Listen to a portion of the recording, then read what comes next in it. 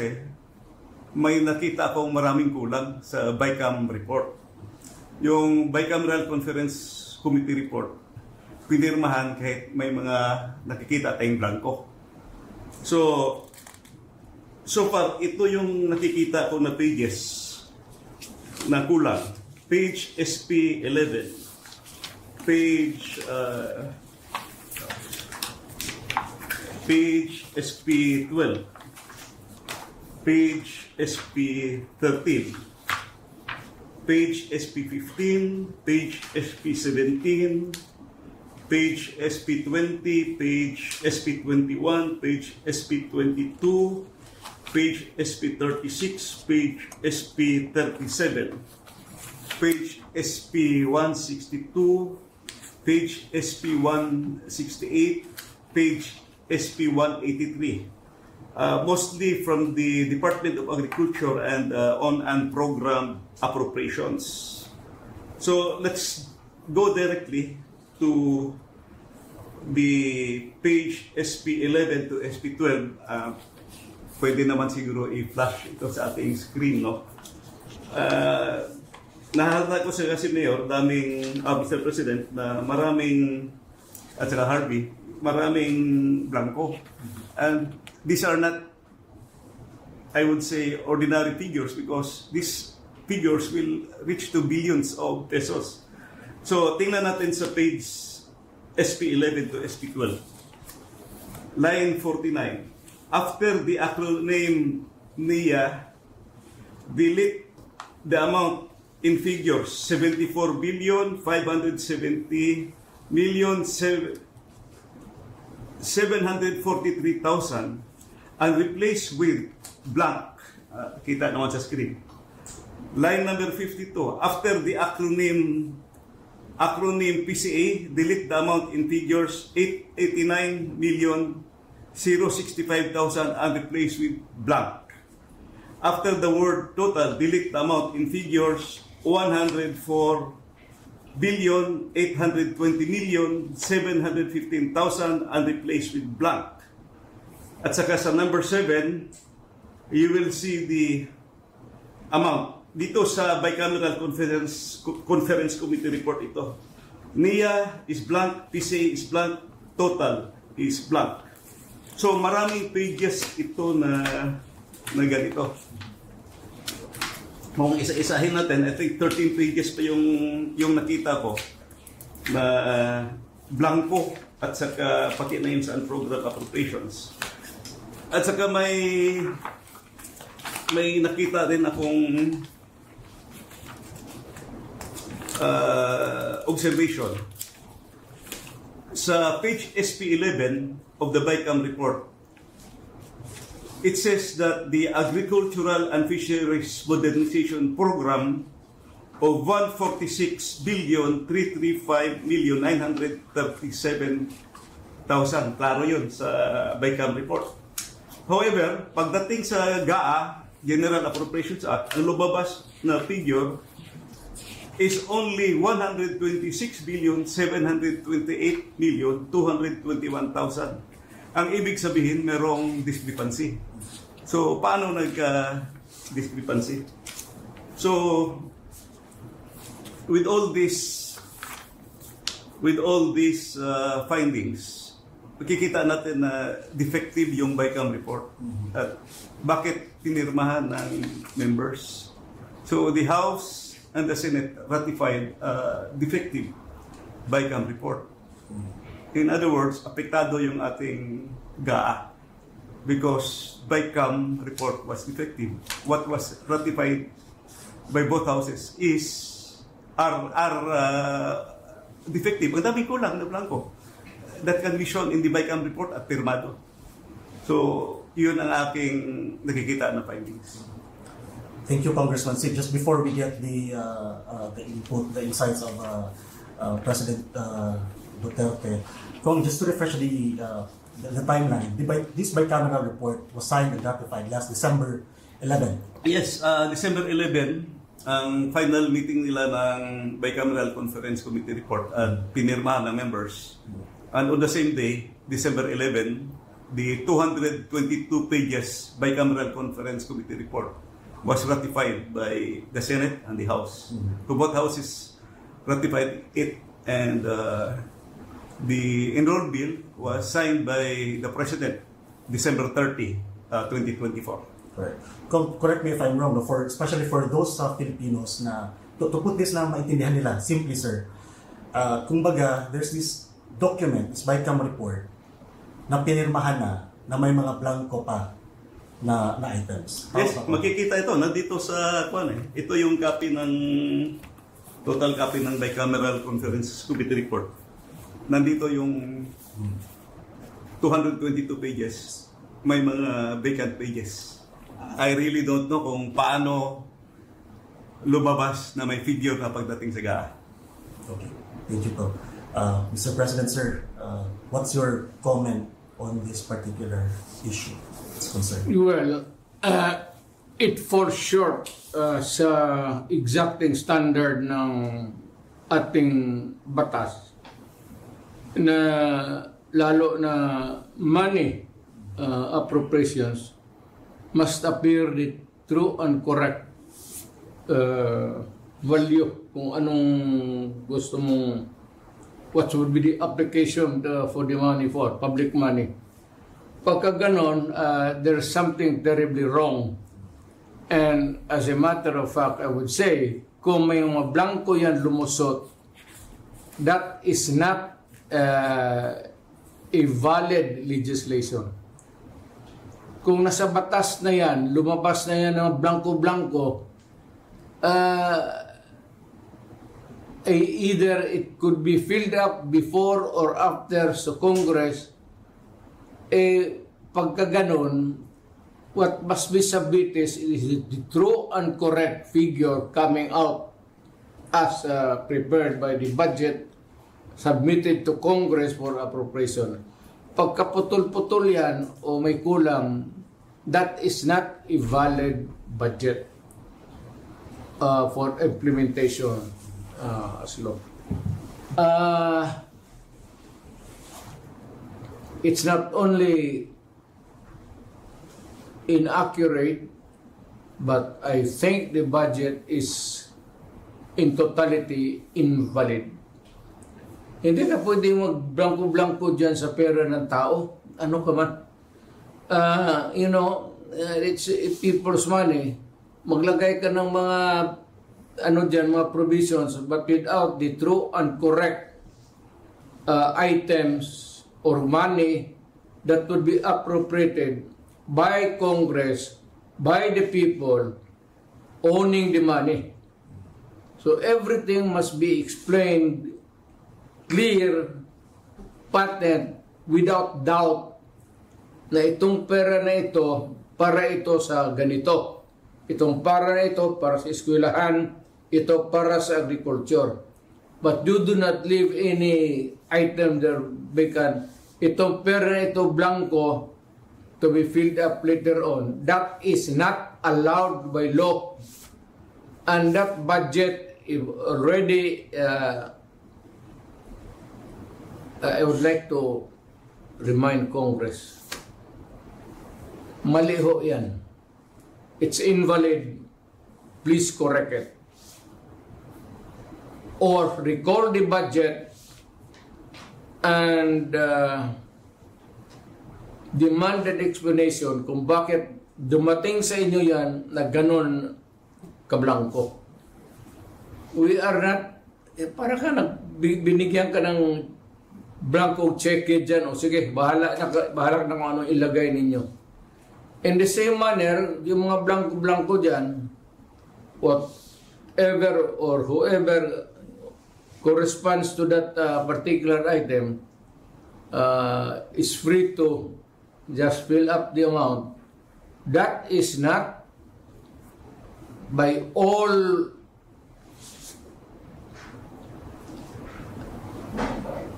commandments of the law, that cannot be valid, invalid, unenforceable. And kung na-implement na, it must be corrected and the money returned if already spent or corrected. And kung sino man ang ano niyan, they have to give us the explanation.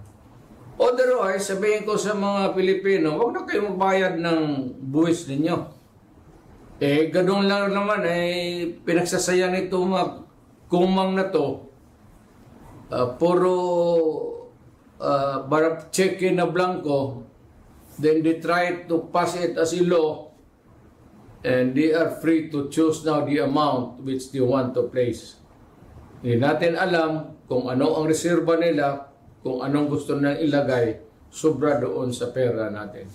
It could be that the money is in the hands of the government now, or future appropriations, or reserva ba ito? If it does not clear anything, then that is invalid and not correct. Thank you, sir. I'd like to get also your thoughts on this, Attorney Vic, on this particular matter. Now the former president has said that this is outright invalid and unenforceable. So, what do you think on that? Oh, I fully agree with the President. Nagsalita na si Pangulong Duterte na illegal yung 2025 budget. At tama yung sinabi ni Congressman Sid na ito ay napirmahan originally December 11 and the President was supposed to sign it December 20. Pero natulak ito ng December 30 at sinasabi nga nila na pag-aaralan daw dahil sinasabi ng Malacanang na ang Administrasyong Marcos ay been very prudent in programming and budgeting. But with this revelation now of Congressman Sid na pumirma ang Bicameral Conference Committee ng blankong final committee report, ito'y magpapasinungaling doon sa sinasabi na nagsagawa ng isang complete staff work at nagsagawa ng due diligence ang tanggapan ng Pangulo. Ang i-challenge ko lang siguro, Kong Sid, baka naman kasi sabihin ng mga miyembro ng BICAM Committee, yung blankong yan, meron kaming agreement dyan na i-fill upan na lang ng kanilang technical working group or secretariat. Pwede po ba yun? Hindi yan pwede because and I think it's in the BICAM report also that they made an omnibus motion to allow the technical staff to make correction in cases of typographical, grammatical, or nasa omnibus motion, printing errors. So they are allowed to make necessary adjustments. So those are material and substantial items, yung blank items, may figures na malalaki, hindi pwede yun. That can never be classified as typographical or grammatical or printing error. Alam mo, yung nakikinig, baka hindi nyo alam yan, yung typographical, grammar or anything that has nothing to do with what the intent of the law or Congress wants. No, you put anything there that is not the reflection of what Congress has passed or what is really the correct amount doon sa mga budget, i-jumble-jumble ninyo, that is falsification of law. Perjury yan or whatever, perjury, forgery, and it can only amount to one thing. Alam mo ano? It's criminal action. You can all go to jail for that. At kung ano, ako ang binigyan ng trabaho to follow up these things, and ganito ang lumabas, my God, you will all go to jail. Mabigat yan. Public document na yan. So, if it's different from what was really intended by Congress, or was not really true an accurate copy as passed by Congress, that is falsified or forgery. In which case, mamili ka lang, forgery, falsification, or jail. Alin dyan sa tatlo, papasok sa iyo. Mr. President, bilang dati hong prosecutor, magaling na abogado at dating Hindi, no? Paulo, can they argue that what they did nung blinangko, can they put up as a defense na there is a proper delegation ng kanilang duty sa kanilang secretariat o kaya sa kanilang technical working group na binigay nila na kayo na lang ang maglagay ng figure at inaprubahan na namin in principle yung mga items diyan. These are the things that cannot be delegated, especially the amounts. Hindi mo pwedeng biro-biro yan. It must be exact. Nandiyan po lang sa Congress paglabas niyan, if the amount is 1 million, it's 1 million. Hindi mo pwedeng sabihin na kayo na mag-correct yan 1,200,000 or make the corresponding inaccuracies or sabihin mo yung anong pinag-usapan na dito after the law was passed. You cannot correct it by yourselves. It has go to the main body or to the person who was the authority to define and characterize the law. Kung ibigay mo yan dyan sa inyo, at most inyo is typographical error or maybe mistakes in spelling. But you cannot change the germane topic of the... That's not allowed by law. That's a very dangerous thing. Tinkering with itong batas natin. Because it could change, it could be serious, and it could put the trouble in the system dito sa ating the separate of powers ng Supreme Court, Judiciary, and the President. Bawal yan. Talagang hindi pwede yan. Baski na and or, bantayan ninyo yan. And or, iba yan. Hindi yan pwede na you'll just look up to the sky and say, you just try to discern if it was really the intent of siguraduhin mo doon sa records, pagkinig ka kung anong pinagsasabi ng mga lawmakers doon, o what is the intent, or what is really this spoken words. Mahirap kang kayo dito sa baba. You are not, hindi naman ako minamaliit ko kayo. Dito kayo sa baba, aside from the lawmakers, do not pretend to know. And do not pretend to guess what is right and what is wrong, and what is true and what is false. Talagang accurate yan. Refer to the records, and if you cannot get it from kung hindi masyado klaro, then you listen to the recorded history doon sa Congress. Marami namang stenographic notes dyan eh. Hindi lang may isang tao dyan.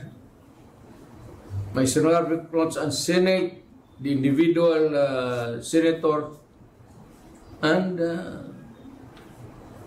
yung report ng Congress itself. If I may, You cannot, do not say that you cannot go wrong. Hindi ka pwede sabihin magkamali ka. There's so many records to refer to or get into what is really the accurate and true whatever it is that is to be placed there in the document, whether it is a law, resolution, or an official document. Thank you, sir. Attorney Delagrey, is there anything you wish to add in the discussion? Yes, actually earlier, when Congressman Ungab showed me these documents, I was honestly in total shock. Tama yung sinabi ni Presidente that all the figures in the enrolled bill for the General Appropriations Act for the President to sign should be accurate. But in my experience, in fact, if I may add, Mr. President, meticulously accurate because I was once a head of a line agency, yung LTFRB. Mabusisi ang pag-prepare namin sa aming budget proposal, no?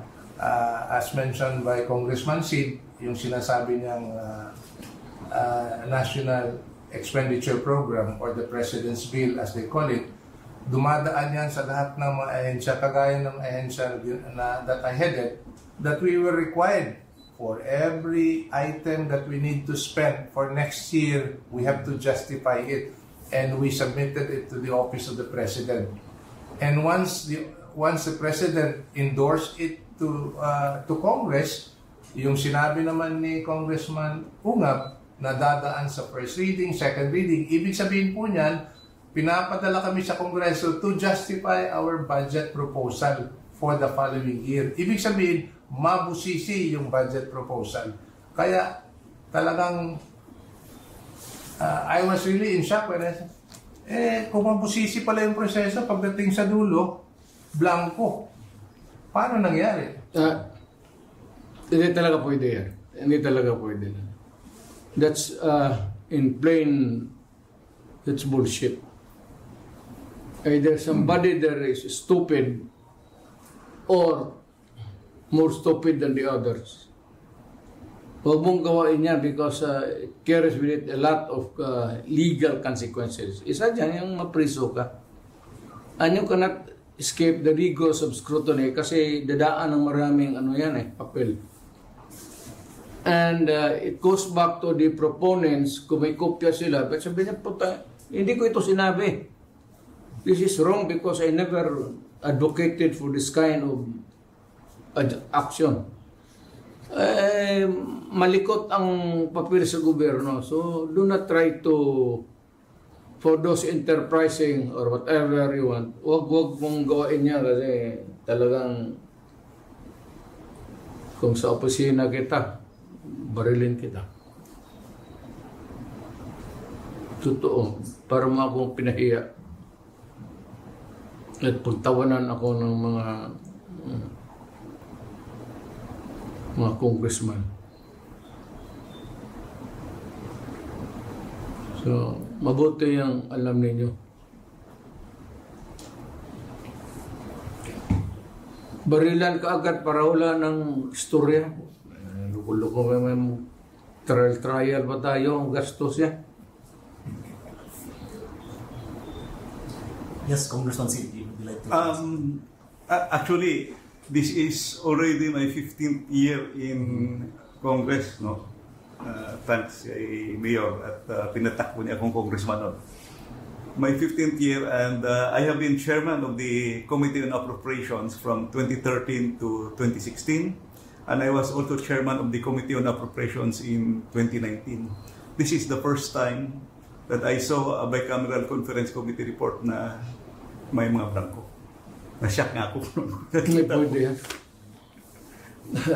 Hindi pwede yan. Para ka nag-issue ng check niya ng blanco to.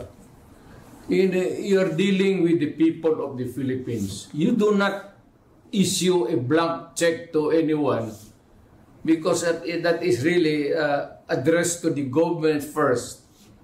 At ang mga taga-gobyerno ang maglagay ng ano yung sabihin? Sila na ang maglagay, ang sekretary o ang direktor? Anong kalokohan ng naisip ninyo niya?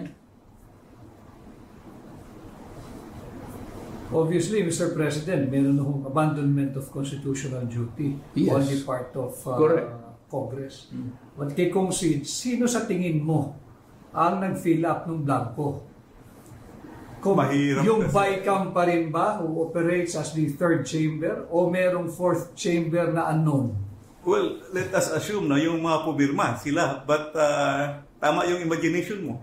Yung BICAM has been called now the third chamber kasi binabago talaga nila yung binabago nila yung budget. Nung araw, inabutan ko pa yun sa that was 16th Congress na kung ano yung natapos ng House Appropriations Act. GAB at saka yung GAB na ginawa ng Senate, gagawa pa kami ng matrix. Yung House version kasi versus Senate version, then yung variance. Yun ang pag-usapan nyo kung ano yung... For reconciliation. Oh, reconciliation. May matrix. Ngayon, binabago talaga nila lahat. So, that's why we call it third chamber. Yung possible imagination na may fourth chamber na lang fill up. Well, kung meron man, those who sign are still responsible kasi sila pumirma. Falsification yan. If it changes the meaning, if it's just a grammar, putting a correct one or in ganon, okay pa yan. And or, pero if you change, put there a sentence that would change its meaning, far different from the original intent of Congress or the executive order, then it changes the meaning and you are not allowed to do that because you can go to jail. At Mr. President, yung fina-flash show kanina sa screen ay yung nakuha lang ni Kong Sid na kopya. Para marami hong nakikinig sa inyo at sumusubaybay, baka pwedeng ipakita rin ho ninyo sa kanila yung kopya pong ipinakita ninyo na pirmado ng mga miyembro ng Bicameral Conference Committee na blanco yung amount na inaprubahan at naging enrolled bill. Ito po. Yan. Yung mga blanco. Oo. And then pirmado nila. Blanco. Ito yung mga blanco. Hindi mo na cannot pass a law with blank. It has to be complete in itself. That is not allowed.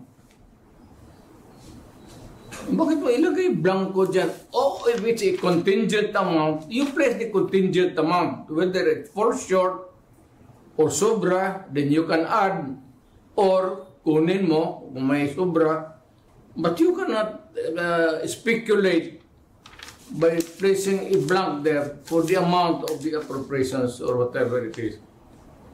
It's just not, it is not allowed by law. You cannot pass an incomplete appropriation or bill for that matter, whatever. It leaves an speculation. Mag-ano pa yung tao, ano bang ibig sabihin nito? Ano bang ilagay natin dito? Then, whoever is the end user of this papel would have the, ngayon, kung bright ka, sige, ilagay na natin dito, pasobra natin ng konti. Para yung, ganun talaga yan, o kulang. O sige, sobrahan ninyo, o kulangan ninyo. Then you leave the money intended for any public purpose to the speculation or to the guessing game of the people who are supposed to implement the law. Bawal yan. Bawal yan. And you can go to jail for that. Mind you.